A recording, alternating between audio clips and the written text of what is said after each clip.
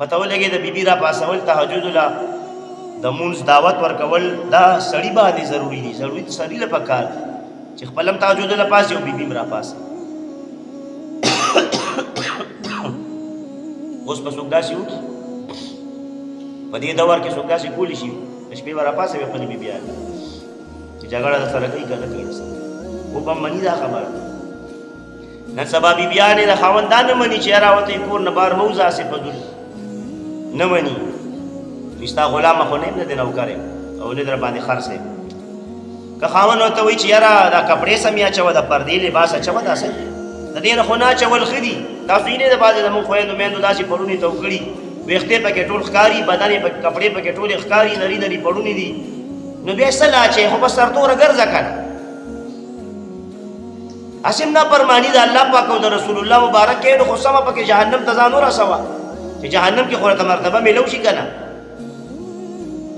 نو که خاوند ورته وي چې یاره د عزت او د حیا پردې کپړې اچوه نه مني ډېرې زنانې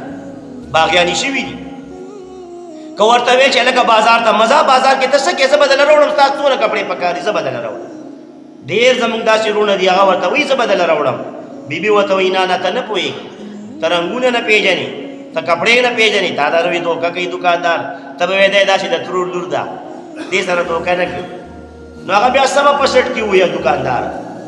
د 2000 جوړوي په دې په 3.5 خرڅ کوي. سړی ته دکاندار بیل ریټ وي او زنانه ته بیل ریټ وي. تاسو کې تاسو ما کړی دا ما ډیر مرګرو د کپړو دکانونه دي د پیزار دکانونه دي زنانه ته یو شان ریټ وي هغه ته ډیر تیز ریټ وي. نو بس چې راځي نو کډېرم راکم کینو خډېره پیسې دیو ګټي خو مونږ ته د باندې زنانه ته ودا داسې خياري قابلانی نو خاوند ته وته نه پويږي زړې راخ پويګم په سودا باندې. نو لہذا زموږ زنانا هغه دا خبرې نه مني نو چې غټي غټي خبرې دي نو دا به څه ومني چې تهجد له راپاسه تهجد له بدر سره څوک راپاس خو خیر دې ټرای وکړې ښه دا سنت هم کله کله جمدي کې که نه ښه پلم راپاسې د 2 رکعت نفل له هره شپه راکولی شي ډېره ښکلې خبره ده هره شپه نه شي د جمعې په شپه نفل وغیره یو شپه دوه او کله کله خدا سے مو کې کنه نو دې حدیث مبارک باندې عمل راشد د ابو داود ابن ماجه نسائی حاکم امام حاکم فرمایي هذا حدیث صحیح دا حدیث صحیح حدیث دی چې یو سړی په خپل را پاسید د شپې نفل لا تهجد لا او بیبي را پاسول را بایدار کړه چې راځي نفل کو او بیا دوه 2 رکعات نفل وکړل نو الله جل جلاله به دا خاون او بیبي دا به ولي من الذاکرین الله کثیرا والذاکرات